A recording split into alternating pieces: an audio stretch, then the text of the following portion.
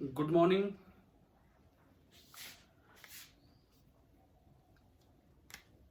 Good morning. Good morning sir. ठीक है, चलिए कल लास्ट में मैंने एक क्वेश्चन दिया था आपको होमवर्क में पोलराइजेशन पे।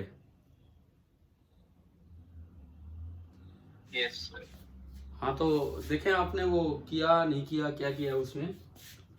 इस तरह का सा कुछ सवाल था। एक क्यूब क्यूब की सरफेस थी।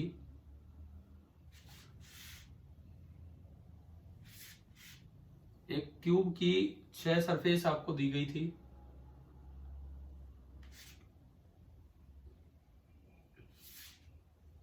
और ये एक डाइलेक्ट्रिक क्यूब था। एक क्यूब की 6 सरफेस आपको दी गई थी जो कि एक डाइलेक्ट्रिक क्यूब था। ये ओरिजिन था, X axis, Y axis and बाहर की तरफ जेड एक्सिस। और इस इलाके में एक पोलराइजेशन दिया गया था कुछ P note I cap. Now P note is a constant, a positive constant. P note is a positive constant. तो आपको ना इसमें दो चीजें निकालनी थी। एक तो रो बाउंड और एक सिग्मा बाउंड या सिग्मा पोलराइज। सभी 6 फेसिस पे आपको सिग्मा निकालना था। बताओ ये कर लिया पूरा कि नहीं किया है?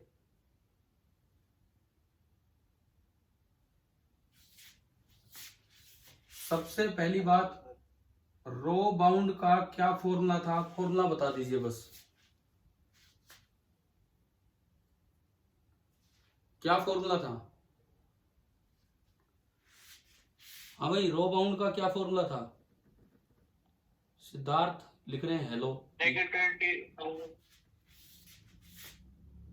Minus of divergence of P. Now this is minus of divergence of P note I cap. This is minus of curl by curl x of P note, और कुछ है ही नहीं।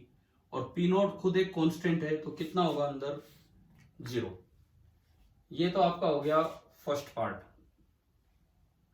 सेकंड पार्ट, अरे आप लोगों ने ट्राई किया कि नहीं किया ये सवाल ये बताओ। ये फॉर्मूले यूज करने थे। यस ठीक है, सेकंड पार्ट हम देखते हैं। सेकंड पार्ट, फेस एक एक करके ले लेते हैं। क्या कल नाम दिए थे क्या इन फेसेस को?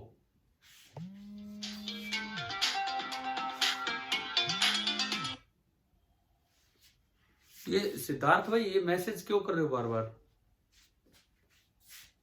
आपको जो बोलना है मुझसे वैसे बोलिए। क्यों ग्रुप में आप मैसेजेस भेज रहे हैं? इधर देखिए, सेकंड पार्ट, इसका नाम बताओगे मुझे? एबीसीडी दिया था ऊपर, ऊपर वाले जो पॉइंट्स है, या नहीं दिया तो कोई बात नहीं। ये ए, ये वाला पॉइंट एक बार बताओ, यही नाम थे कि अलग थे एबीसीडी? कल जो आपने अपनी वाई एक्सिस पे बी था। ये बी लो तो वो सी, और ये डी, ये ओ होगा। मे बी ये एफ दिया हो, ये जी दिया हो, और ये एच। ऐसा ही है क्या कल के नाम?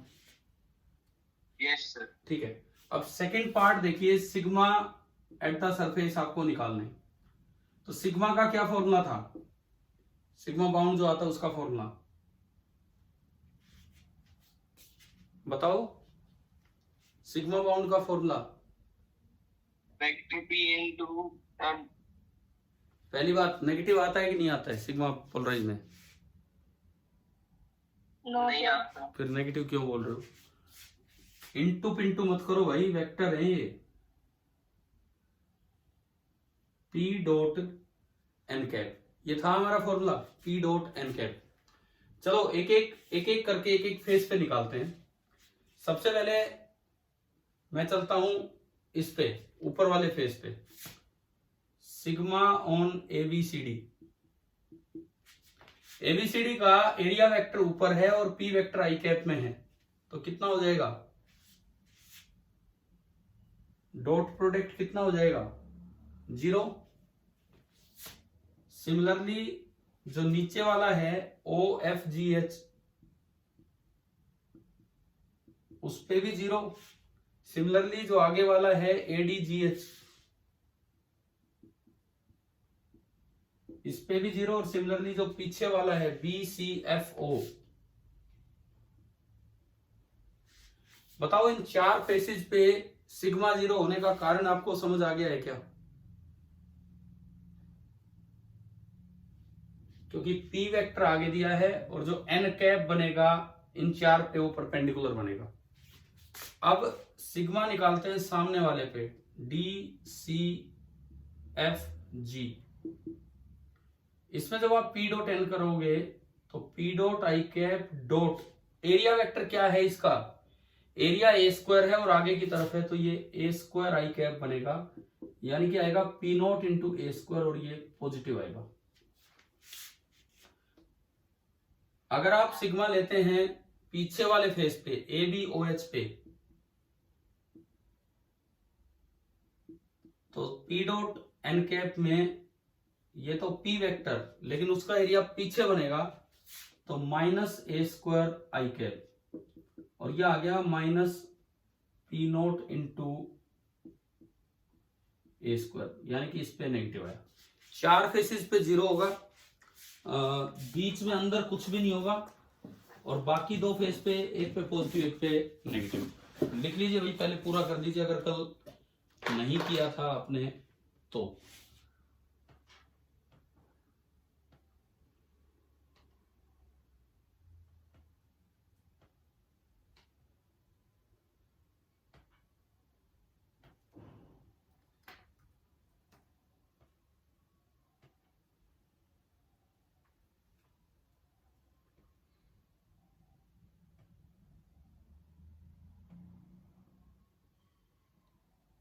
मैं एक बार पार्टिसिपेंट्स पे नजर डालता हूं। 34 स्टूडेंट्स आर प्रेजेंट।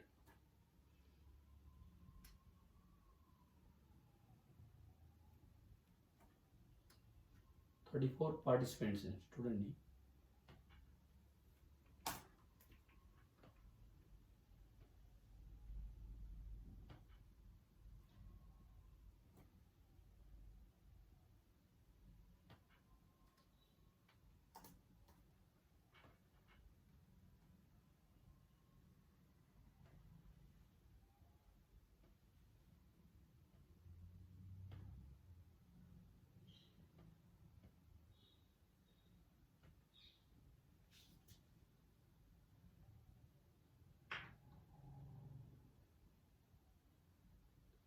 ये सिद्धार्थ, ये मैसेज क्या लिख रहे हो आप?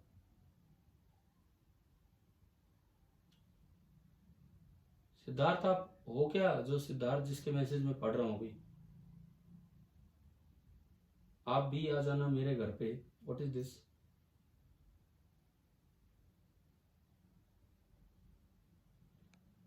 सिद्धार्थ, आप वर्बली बात कीजिए ना।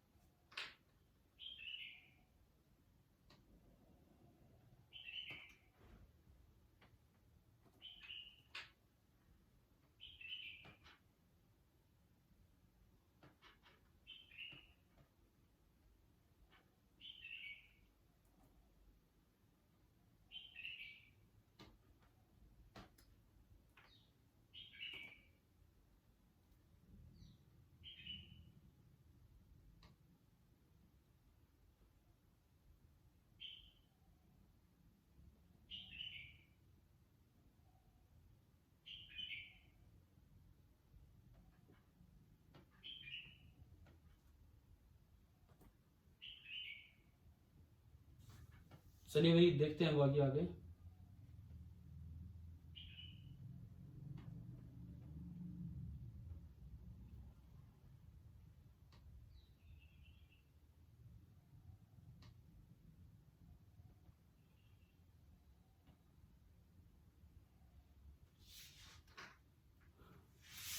हो गया होगा नोट, है ना?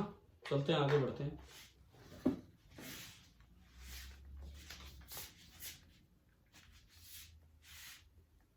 तो ये आपको पोलराइजेशन और इंड्यूस्ड चार्ज समझ आ गए होंगे कि किस तरह से रिलेटेड होते हैं।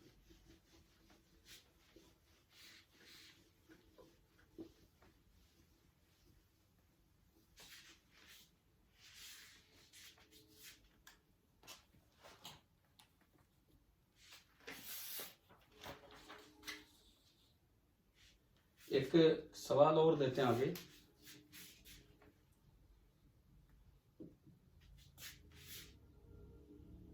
ये कोई प्लेट्स हैं, large plates of a capacitor. A is the area of each side,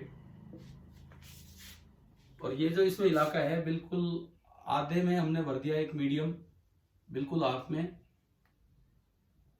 K1 D/2 तक, और अगले हाफ में भर दिया K2, ये भी D/2 तक, और दोनों प्लेट्स पे बाहर से एक वोल्टेज अप्लाई की V। सपोज ये आपको डायग्राम दिया गया है,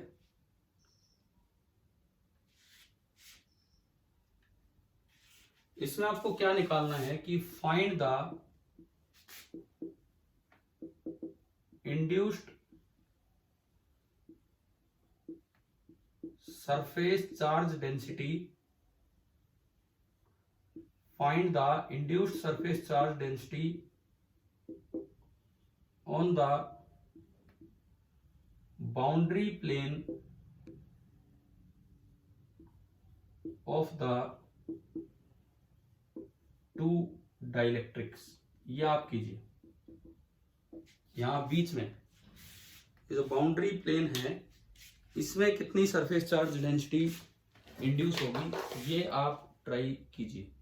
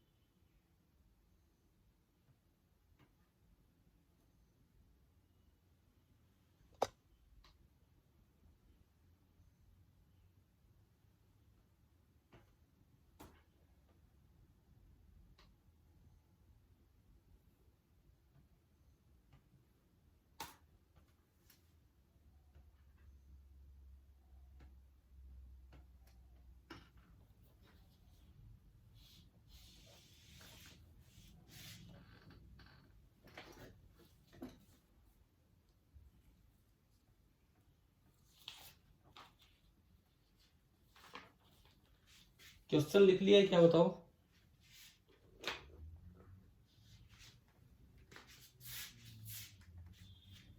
हाँ भाई बच्चों, क्वेश्चन लिख लिया है?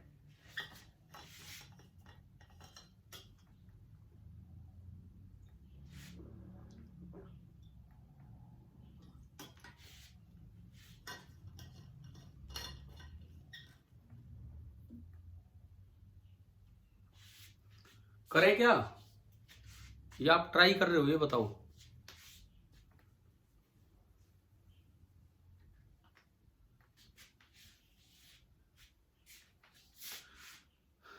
अरे ये बताओ, मैं करवाऊं ये सवाल अगर लिख लिया हो?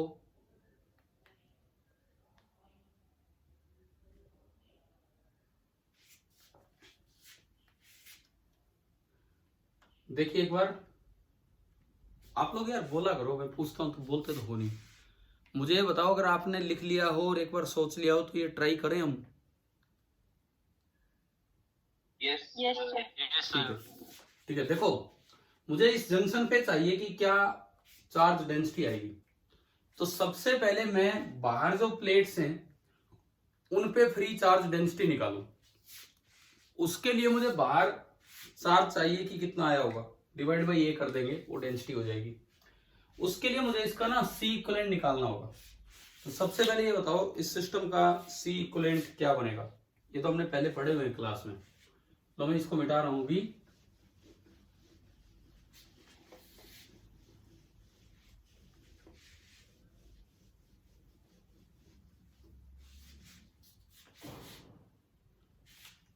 हाँ जी, इस सिस्टम का मुझे सी इक्विवेलेंट लिखना है।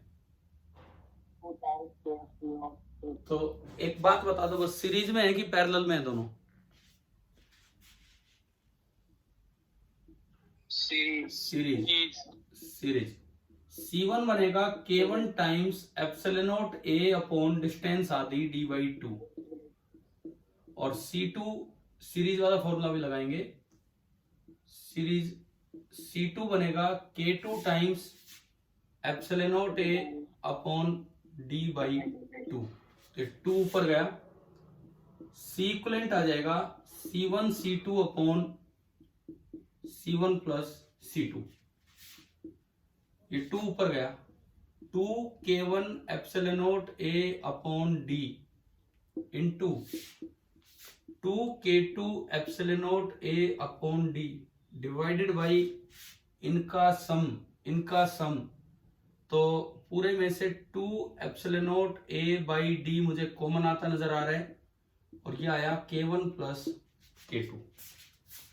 ये आपका इनका सम हो गया। ठीक है, ऊपर से भी 2 epsilon not A by D common आ जाएगा। एक कॉमन नहीं, मतलब एक कट जाएगा। 2 से 2 गया, एप्सिलॉन नॉट A से एप्सिलॉन नॉट A गया, और D से एक D गया। तो अल्टीमेटली ये निकल के आ रहा है, epsilon not A by D तो अलग छोड़ दो, तो जो दिख रहा है इसमें 2 K1 K2 upon K1 plus K2 into epsilon not A by D। हमने इस क्वेश्चन का सॉल्यूशन स्टार्ट किया, तो ये हमारा सी इक्विवेलेंट निकल के आया। बताओ, एक स्टेप करना आगे आपको। पहला स्टेप हमने किस तरह से किया, ठीक है? Yes, sir. अब यहां से फ्री चार्ज जो चला होगा, जो प्लेट्स पे आया होगा, वो निकाल लो। फ्री चार्ज होगा सी इक्विवेलेंट इंटू वी। तो जो फ्री चार्ज आएगा 2 K1 K2 upon K1 plus K2 into epsilon not A by D और इंटू V। अब यहां से आप सिग्मा फ्री निकाल लो, जो मेटल की प्लेट्स पे आई होगी। Sigma free will be equal to Q free by A, यानी मेटल की प्लेट्स पे जो सिग्मा फ्री आएगा Q फ्री बाई A, तो A से A कट जाने, 2 K1 K2 upon K1 plus K2 into epsilon not V by D। एक बार आप लोग इतना नोट कीजिए, फिर हम डाइलेक्ट्रिक पे क्या इंड्यूस होगा उस पे चलेंगे।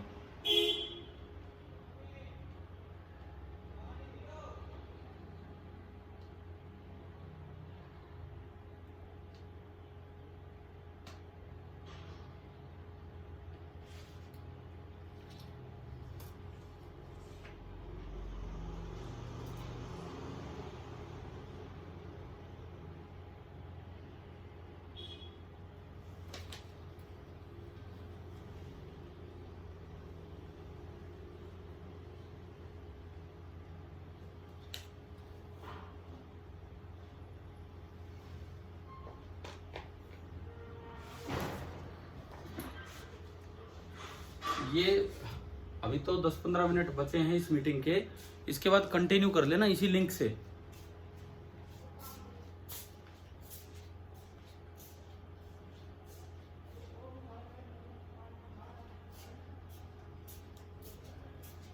चलो अब इससे सिग्मा इंड्यूस्ड की तरफ चलते हैं। हो गया क्या नोट, बताओ? No sir. नहीं हुआ है, लिख लीजिए,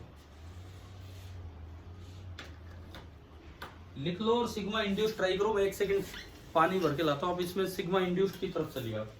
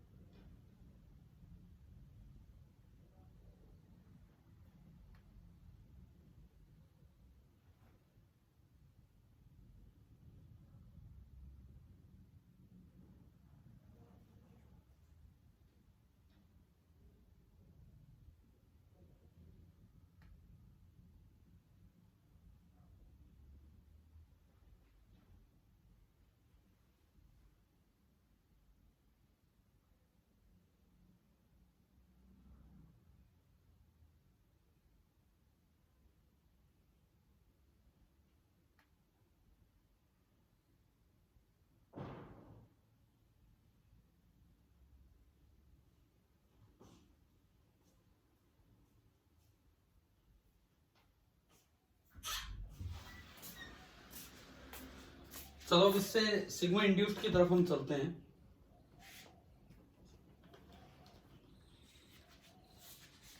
देखो ये आपने लिख लिया होगा।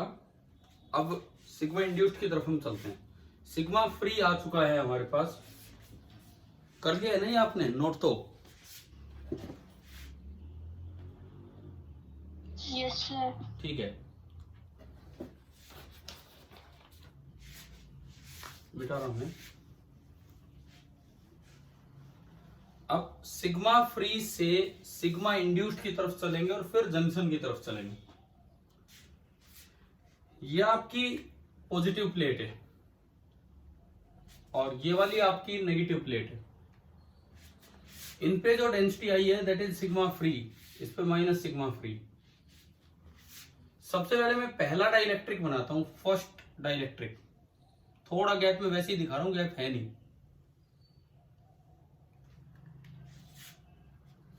इस पे जो चार्ज इंड्यूस होगा इधर minus sigma free into 1-1/K1 और इधर इंड्यूस होगा सिग्मा फ्री इंटू 1-1/K1।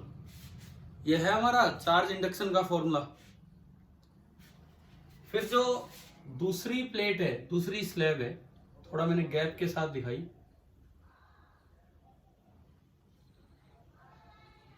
यहां इंड्यूस होगा सिग्मा फ्री इंटू 1-1/K2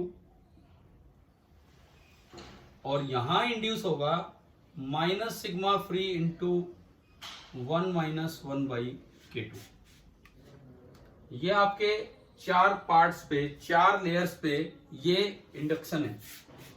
तो surface charge density induced eight the junction, eight the junction देखो ये है और ये है। तो एट द जंक्शन जो आ रही है sigma free into 1-1/K1 plus ये minus sigma free into 1-1/K2। अगर आप देखो सिग्मा फ्री कॉमन आया, 1 से 1 कटेगा और ये आ रहा है 1/K2 माइनस 1/K1,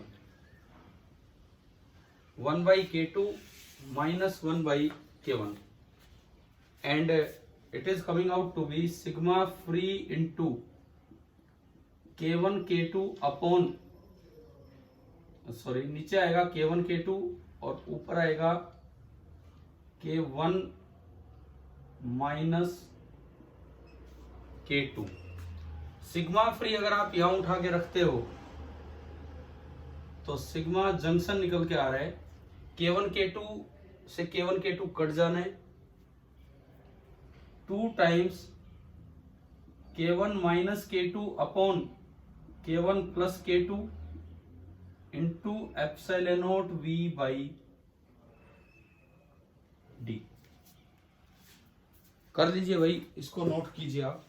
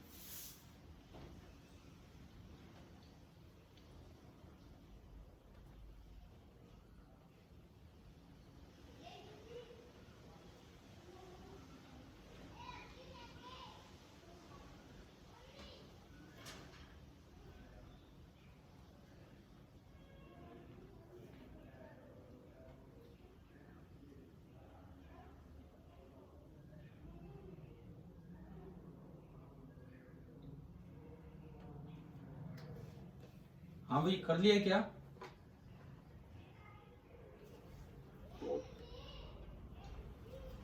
हाँ जी, लिख लिया।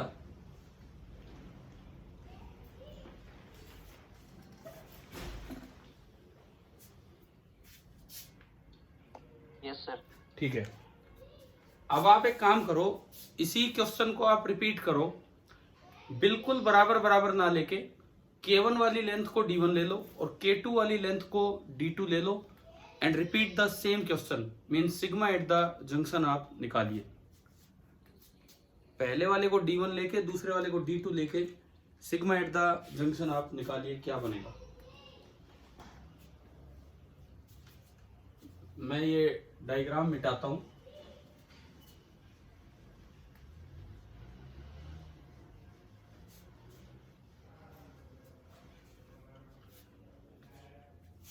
अगर मान लो ये अरेंजमेंट हो, एरिया ए और जो वोल्टेज आपने लगाई है दैट इज V, और इस तरह का कुछ है कि जो फर्स्ट पार्ट है वो D1 तक है, डाइलेक्ट्रिक कांस्टेंट K1, और जो सेकंड पार्ट है वो D2 तक है और dielectric constant K2। Same question.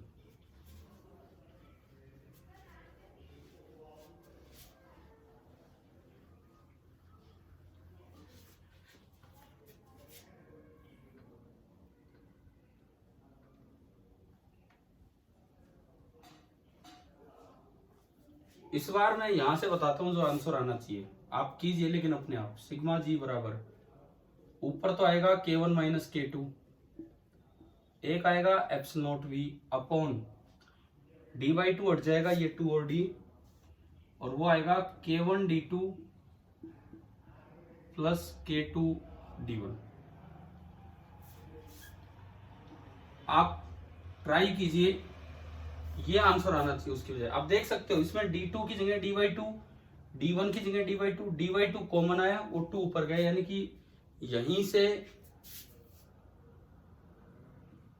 यहीं से वो आंसर बन रहा है कि D1 बराबर D2 बराबर D/2, तो ये बनेगा। करो लेकिन आप इसको ना अपने आप कीजिए।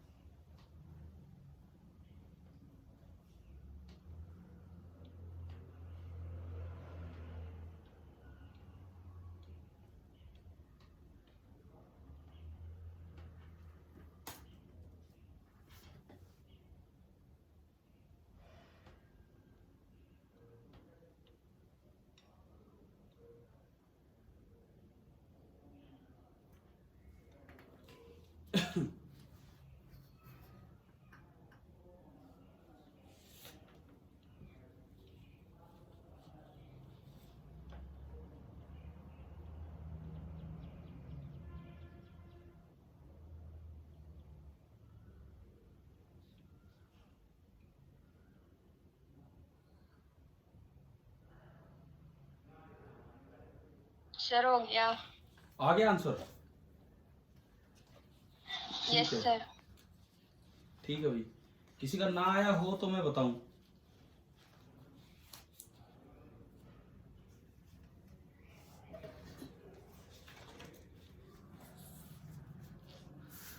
हाँ जी, हो जाएगा ना? मिटा दूं इसको?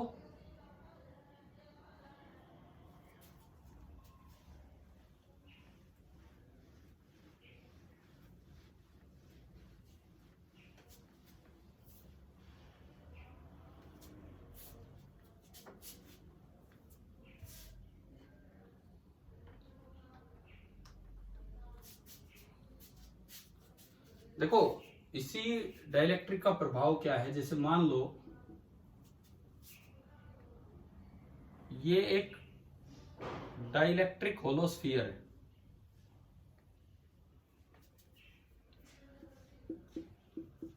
Now this is a dielectric conducting no dielectric hollow sphere with inner radius r and outer radius 2r and relative permittivity epsilon r, ये है। और इसके बिल्कुल सेंटर पे आपने चार्ज रख दिया एक q। This is free charge. ये आपने सेंटर पे प्लेस कर दिया free charge. Find induced surface charge densities on inner and outer surface of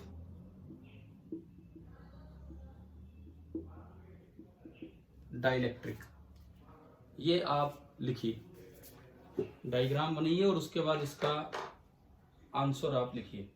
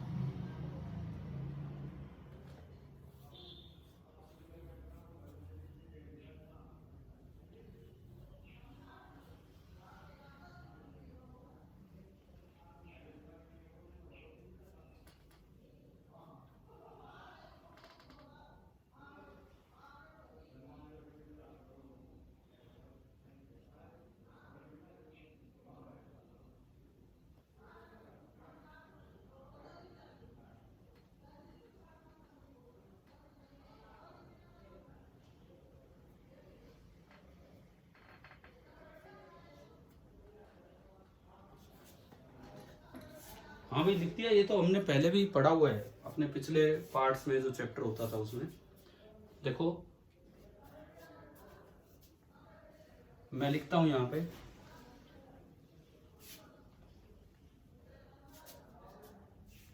सबसे पहली बात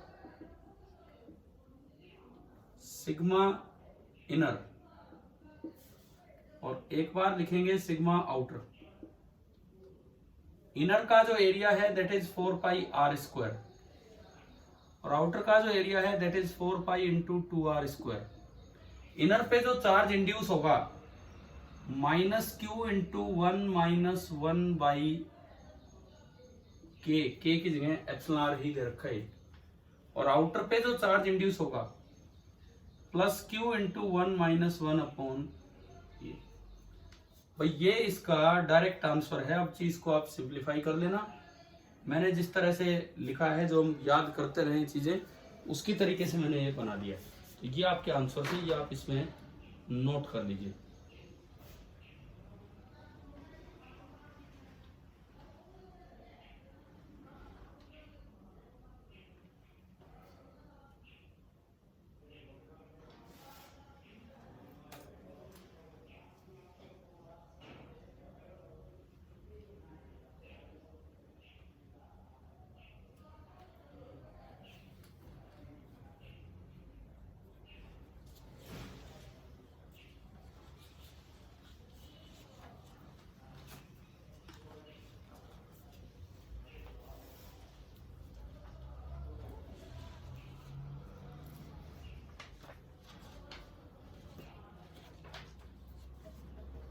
हाँ जी, हो गया ना नोट?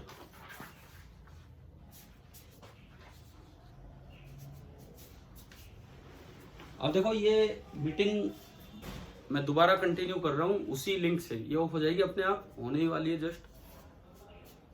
ये शायद आपको समझ आ ही गया होगा। मैं इसको मिटा रहा हूं, फिर दोबारा से मीटिंग को कंटिन्यू कर रहे हैं।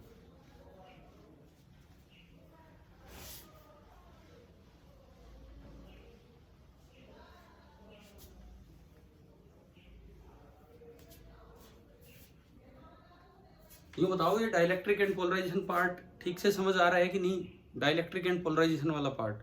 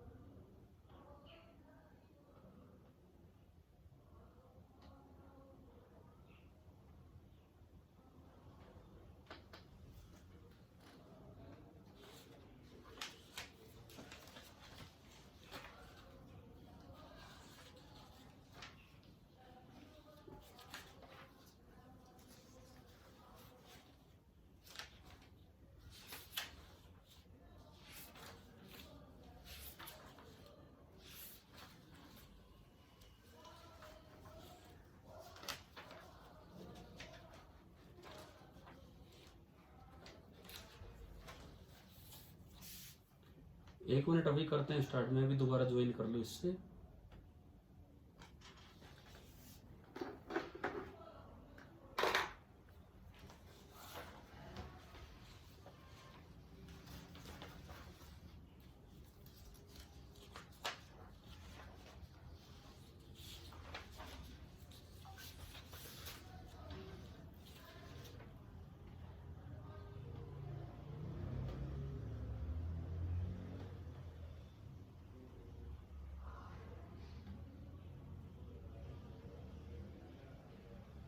अभी पार्टिसिपेंट्स दिखा रहे हैं 23।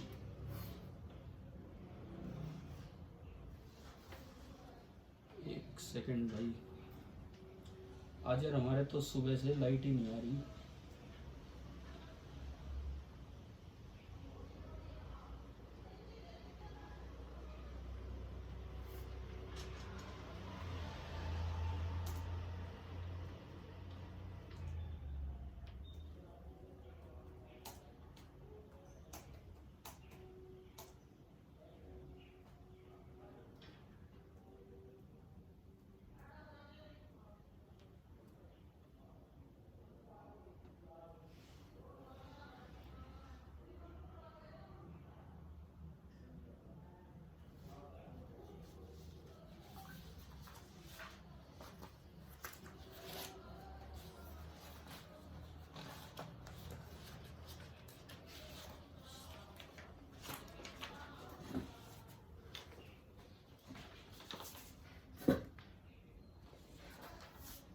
चलिए आगे फिर से कंटिन्यू करते हैं।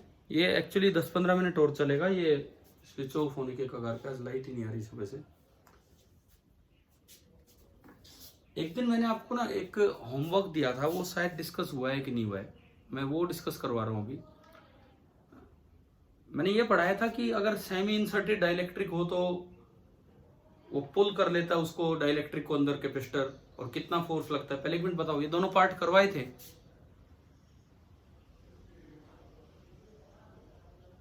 हाँ भाई बोलिए, आवाज नहीं आ रही है। एक सेकंड, अभी करता हूं स्टार्ट। अभी देखो, अभी आवाज आ रही है? ठीक है। मैं कह रहा हूं, एक दिन मैंने आपको वो क्लास में करवाया था, वहां जब ऑफलाइन क्लास थी, कि कैपेसिटर में डाइलेक्ट्रिक को सेमी इंसर्ट किया तो वो उसको पुल कर लेता है चार्ज कैपेसिटर। पढ़ा है कि नहीं पढ़ा बताओ? ठीक है। और उसमें 2 केस करवाए थे, एक बार बैटरी कनेक्टेड और एक बार बैटरी डिस्कनेक्टेड। तो उसी के साथ मैंने एक दिन आपको ऑनलाइन क्लास में होमवर्क दिया था कि इस तरह की एक सेमी सर्कुलर प्लेट ले ली जाए, सेमी सर्कुलर, और उसमें सेमी इंसर्ट करके डाइलेक्ट्रिक को छोड़ दिया जाए तो क्या वो वापस अंदर पुल होता है कि नहीं। तो वो वाला काम हमने डिस्कस किया है कि नहीं, मैं ये पूछना चाह रहा हूँ। कभी खाली होमवर्क ही दे के रह रहा हूँ।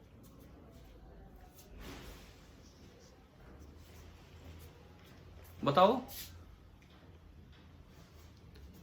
नहीं किया? होमवर्क दिया था ये और बता दो। एक दिन क्लास के एंड में वो बताया हो कि भाई ये ट्राई करना। हाँ तो ठीक है, चलो। तो वही वाला पार्ट अभी हम कर रहे हैं, और हेडिंग ये डाल लो,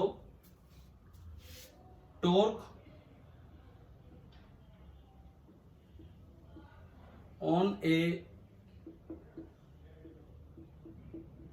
डाइलेक्ट्रिक। एक कोई डाइलेक्ट्रिक हम लेंगे, उस पर टॉर्क देखना है, partially present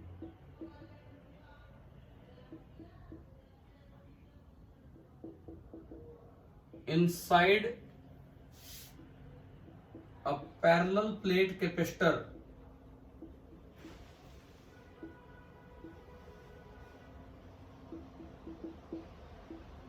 having semi circular plates। ये आपके घरों पे भी लाइट कटी हुई है क्या सुबह से?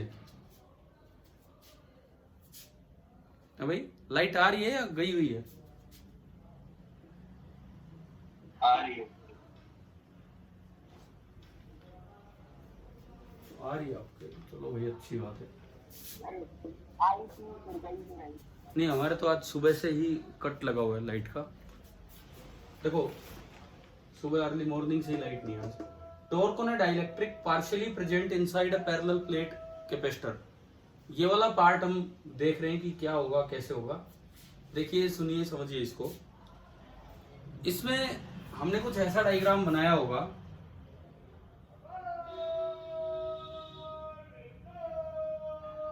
इस तरह की एक प्लेट आगे है और एक प्लेट पीछे है। एक सेमी सर्कुलर प्लेट आगे है और एक सेमी सर्कुलर प्लेट इसके पीछे है। Let the radius of the plate be R. इसके और पीछे वाली प्लेट के बीच का सेपरेशन कुछ h मान लेते हैं। d इसलिए नहीं मान रहा, d कभी डिफरेंशिएशन में काम आए। और एक बिल्कुल ऐसी प्लेट इसके ना पीछे बनी हुई है, पीछे की तरफ, इस तरह से। ये आपकी कुछ अरेंजमेंट है।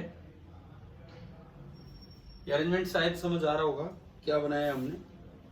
और इसके अंदर ना कोई एक डाइलेक्ट्रिक को सेमी इंसर्ट करके छोड़ दिया। बिल्कुल इसी साइज का डाइलेक्ट्रिक है, बिल्कुल इसी साइज का डाइलेक्ट्रिक है।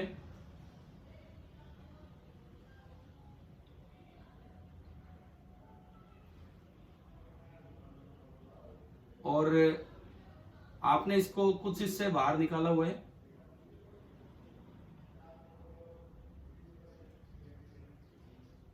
इस तरह से। और डाइलेक्ट्रिक का कोई भी एंगल आप इवन वैल्यू लेके भी कर सकते हो। लेट दिस एंगल भी 30 डिग्री। इसको 30 डिग्री आउट करके रिलीज किया, और जो इसका डाइलेक्ट्रिक कांस्टेंट है दैट इज के। ये इसका डाइलेक्ट्रिक कांस्टेंट है। Let mass of the dielectric be m, let mass of the dielectric be m। Siddharth यार, सिद्धार्थ भाई तुम संभल क्यों नहीं जा रहे हो?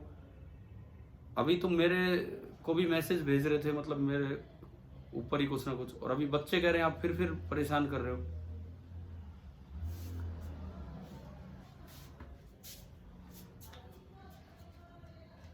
देखो अभी ये इस तरह का डाइलेक्ट्रिक है और सपोज इसको 30 डिग्री से रिलीज किया गया है, तो आप इस पे टॉर्क भी निकाल सकते हो, ऑसिलेशन होंगे तो उसका टाइम पीरियड भी निकाल सकते हो, कई चीजें हैं जो इसमें हम यहां पे निकाल सकते हैं। सबसे पहली बात, इस समय जब ये बीच में किसी भी एंगल थीटा पे हो, जो आपने 30 से रिलीज किया हो, किसी भी एंगल थीटा पे है, तो पहला काम आप C लिख के दिखाएं, C इक्विवेलेंट। देखो इसमें दो कैपेसिटर हैं, एक डाइलेक्ट्रिक कैपेसिटर और एक इस हिस्से का थीटा एंगल वाले हिस्से का एयर कैपेसिटर, इस प्लेट और पीछे वाली प्लेट के बीच में। और क्योंकि दोनों प्लेट्स के बीच में बन रहे हैं तो दोनों पैरेलल में होंगे, इसका मतलब C equivalent will be C dielectric plus C air. ऐसा इसलिए कि दोनों के दोनों हमारे पैरेलल में बन गए, C dielectric plus C air, दोनों आपके बन गए पैरेलल में। ठीक है, अब C डाइलेक्ट्रिक लिखवाओ और फिर वो वाला लिखवाओ। पहले ये वाला लिखवाओ, C dielectric, K times epsilon naught into area by H, और C एयर बनेगा, K नहीं आना, epsilon naught into area by separation, और पैरेलल के कारण प्लस आ गया। वो जो एयर वाला पार्ट है इसका एरिया कितना है? Area of sector, area of sector क्या होगा बताओ? पहले आपको याद होना चाहिए, half into radius into theta, ये थीटा एंगल। आप बताओ इतनी प्लेट का एरिया समझ आ गया है क्या? अरे एरिया ऑफ सेक्टर लिखना आता है, half into R into R square होता है शायद, आर स्क्वायर इंटू थीटा। कैसे आता है? पूरी प्लेट का एरिया पाई आर स्क्वायर, अगर सर्कल होता तो 2 पाई एंगल होने पे एरिया होता पाई आर स्क्वायर, यूनिट एंगल होने पे आर स्क्वायर बाई 2, और थीटा एंगल होने पे R square by 2 into theta. Unitary method से आपने एरिया ऑफ सेक्टर निकाल दिया। इसका बताओ एरिया क्या होगा? ये जो इतना पार्ट मेटल का बचा है इसका एरिया, ये एंगल कितना है? ये वाला एंगल, ये एंगल क्या बचा?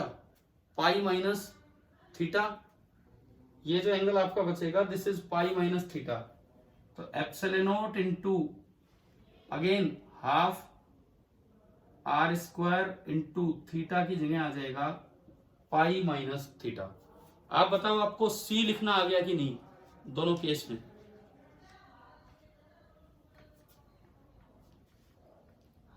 अरे एक मिनट बताओ मुझे, क्या इस वक्त जब ये थीटा एंगल पे होगा तो क्या आपको C लिखना आ गया कि नहीं? Yes sir. ठीक है, इसको इस तरह लिख लो कि ये थीटा के फंक्शन में भी आ जाए और कुछ कांस्टेंट भी अलग से दिख जाए हमें। तो अगर मैं यहां देखूं तो ये जो C आ रहा है, ये जो C आया फाइनली, देखो एक टर्म तो शुरू वाली टर्म कांस्टेंट है, K times epsilon not are square pi upon एक 2 है और एक H है। थीटा वाली टर्म इसमें भी आएगी और उसमें भी आएगी, तो दोनों में से थीटा भी कॉमन, और क्या क्या है वो देखते हैं। ये माइनस के साथ है, वो प्लस के साथ है, तो उसके अंदर है epsilon not are square by 2H minus K times epsilon not are square by 2H और इंटू थीटा। एक मिनट चेक करो क्या ये सही लिखा गया है कि नहीं।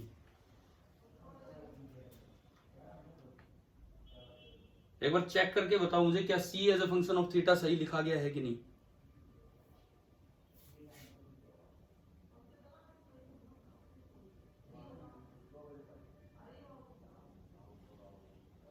हाँ भाई बताओ, क्या ये सही लिखा हमने इधर उधर करके, या कोई इसमें मिस्टेक है?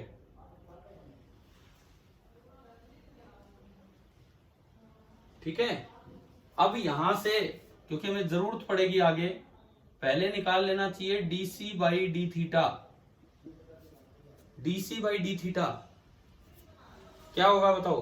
पहली टर्म का तो कांस्टेंट का 0 और दूसरी टर्म का ओनली ये आ जाएगा, तो ये आएगा epsilon not are square by 2h पूरे में कॉमन, और अंदर बचा 1 माइनस के। ये आपका आ गया डीसी बाई डी थीटा। मुझे कुछ यस नो का रिस्पॉन्स दो, क्या ये समझ आ गया है कि आपको? ठीक है। अब आपको ना यू लिखना होता था।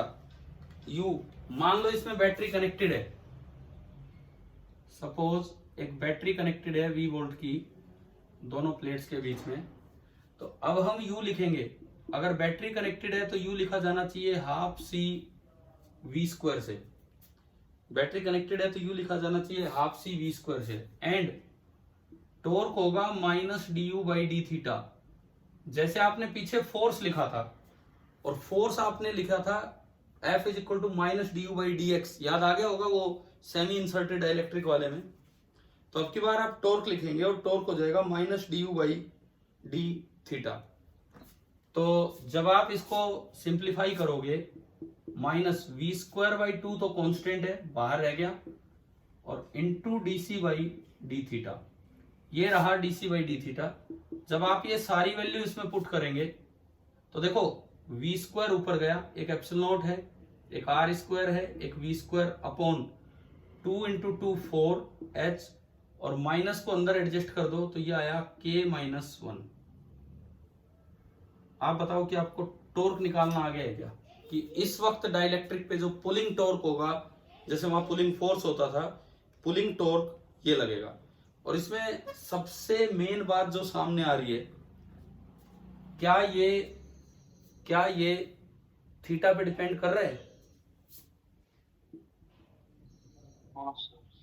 Independent of theta. वहां पे भी जब बैटरी कनेक्टेड थी तो टॉर्क इंडिपेंडेंट ऑफ एक्स आया था। इसका मतलब ये जो है ये कांस्टेंट आ गया है। इसका मतलब ये जो आया ये कांस्टेंट आ गया है टॉर्क। अच्छा, टॉर्क कांस्टेंट आ गया तो टॉर्क को आप लिख सकते हो I इंटू अल्फा। अब जो एंगुलर एक्सेलरेशन होगा alpha, it can be written as torque upon I, where I is the moment of inertia. आप यूं बताओ, ये एक डिस्क है कि रिंग है? ये जो डाइलेक्ट्रिक है जो अंदर जाना है इसमें, ये डिस्क है कि रिंग है? डिस्क। अगर आपको थोड़ा ध्यान आए, अगर यूनिफॉर्म डिस्क है तो चाहे वो सेमी सर्कुलर हो चाहे सर्कुलर हो, सेंटर के अबाउट मोमेंट ऑफ इनर्शिया होता था mr स्क्वायर बाई 2। तो अगर मैं इस डिस्क का आई डिस्क टाइप है, इसको समेट दो, पैरेलल टू द एक्सिस समेट दो, डिस्क बन जाएगी।